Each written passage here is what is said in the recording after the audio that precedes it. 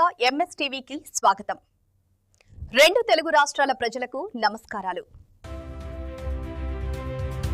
Welcome to MS TV. ఈ రోజు ముక్తి రమేష్ గారు గ్రామ సర్పంచ్ గారిని కలవడానికి వచ్చాము. గ్రామం మలిగూడ గ్రామం కలిపి వచ్చాము. చెప్పండి సార్, మీకు ఏ పార్టీ తరపున గెలిచారు, ఎన్ని ఓట్లతో గెలిచారు, మరి మీకు విజయాన్ని మీరు ఎలా ఫీల్ అవుతున్నారు చెప్పగలుగుతారా రమేష్ సార్? నా పేరు ముక్తి రమేష్, మలిగూడ గ్రామ పంచాయతీ సర్పంచ్గా నేను గత 3 నెలల క్రితం జరిగిన ఎలక్షన్లో గెలవడం జరిగింది. ముఖ్యంగా ఎంఎస్ న్యూస్ టీవీ రిపోర్టర్ గారికి మా కోసం మా సమస్యలు తెలుసుకోవడం కోసం మా దగ్గరికి వచ్చినందుకు ప్రత్యేకంగా ధన్యవాదాలు తెలియజేస్తున్నాను. అట్లాగే నేను సర్పంచ్ గెలవడానికి మా మలిగూడెం గ్రామ పంచాయతీ ప్రజలైన అందరూ నన్ను అత్యధిక మెజార్టీతో గెలిపించినందుకు అందరికీ పాదాభివందనాలు తెలియజేస్తూ, ముఖ్యంగా నేను ఈరోజు communist party CPML new democracy party నుంచి నేను గెలవడం జరిగింది. మలిగూడెం సర్పంచ్గా ముక్తి రమేష్ నా పేరు. నేను ఎంఏబిఎడ్ చేశాను. రాజకీయ అనుభవం లేకపోయినా కూడా మా ప్రజలు మా పంచాయతీ పరిధిలో ఉన్న మొత్తం ఆదివాసీ గిరిజనులైన మేము కోయ జాతికి సంబంధించిన అందరం కూడా మా సమాజాన్ని ఎంతో కొంత ముందుకు అభివృద్ధి చేసుకోవాలన్న సంకల్పంతో నేను ముఖ్యంగా ప్రత్యేకంగా అగ్రికల్చర్ పరంగా కానీ ఎడ్యుకేషన్ పరంగా కానీ మా పంచాయతీలు అందరినీ డెవలప్ చేయాలన్న ఆలోచనతో నేను ముందు పడగడం జరిగింది. దానికి తోడు మా ప్రజలు కూడా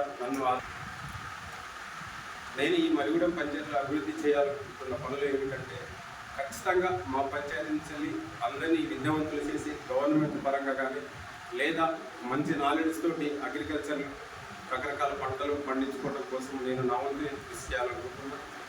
రెండోది, మా పంచాయతీ పరిధిలో ఉన్నటువంటి ఎడ్యుకేషన్ లోపం వలన లేకపోతే కేవలం ప్రాబ్లమా తెలియదు కానీ యువతరం కూడా చైతన్యవంతం లేకుండా సరైన స్కూల్ వ్యవస్థ లేకుండా ముందుకు పోవడానికి చాలా పెట్టుబడి అనేది లేక గవర్నమెంట్ స్కూళ్ళలో చదువుతూ ఉద్యోగాలలో చాలా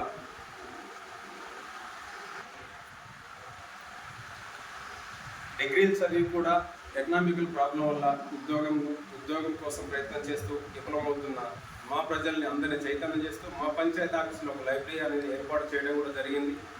అందరూ దాన్ని వినియోగించుకోవాలని మా పంచాయతీ ప్రజలకు అందరికీ తెలియజేస్తున్నాం. మీరు ముఖ్యంగా రాజకీయంలోకి రావాలని ఎందుకు అనుకున్నారు? సర్పంచ్గా ఎందుకు గెలిచారు?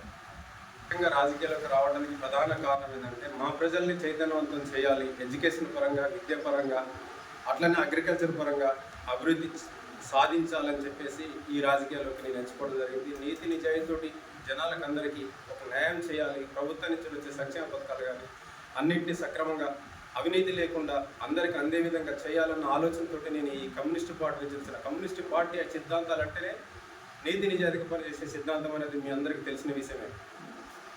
ఈ కమ్యూనిస్ట్ నాయకులు ఎవరు? రాష్ట్ర వైడ్గా, స్టేట్ వైడ్గా, ఇండియా వైడ్గా ఎవరు? కమ్యూనిస్టు పార్టీలో రాష్ట్ర నాయకులు, కేంద్ర నాయకులైనటువంటి ఆవునూరు మధు గారు, లోకల్ నుంచి వెళ్ళి జిల్లా కార్యదర్శులు ఉన్నారు, అట్లనే మండల కార్యదర్శులు ఉన్నారు, లోకల్ ప్రాంతీయ కమిటీలు అయిపోయారు, రైతు కూలి సంఘాలు ఉన్నాము. అన్ని రకాలుగా కమ్యూనిటీ సంఘాలు అనేది మాకు కమ్యూనిస్ట్ పార్టీ తరఫున ఉన్నాయనేది తెలియజేస్తుంది.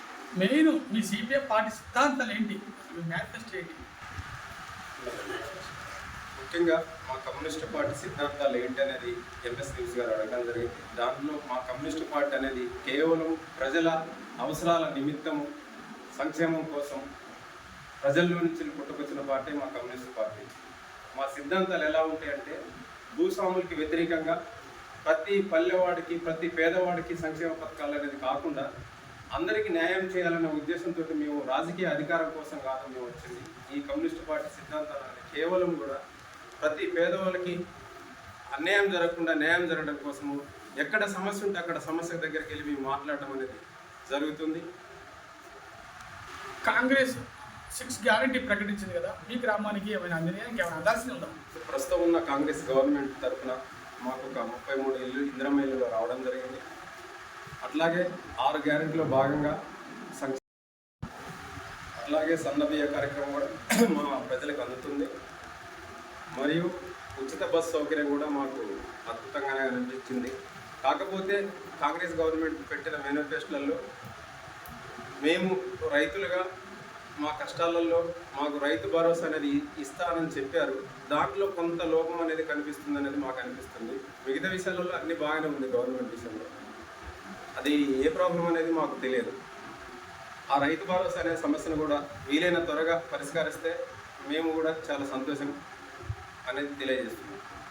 మరి మర్రిగూడెం సర్పంచ్ గారు రమేష్ గారు చాలా చక్కగా మాట్లాడారు. ఎంఏ బీడీ చేసి యువకుడు, ఉత్సాహవంతుడు, చదువుకున్న వ్యక్తి. ఎటువంటి వ్యక్తులే సర్పంచులు గారు రేపు ఎదగాలి, గ్రామంలో ఎడ్యుకేషన్ పెరగాలని మా ఎంఎస్ టీవీ ద్వారా మేము కోరుకుంటున్నాం.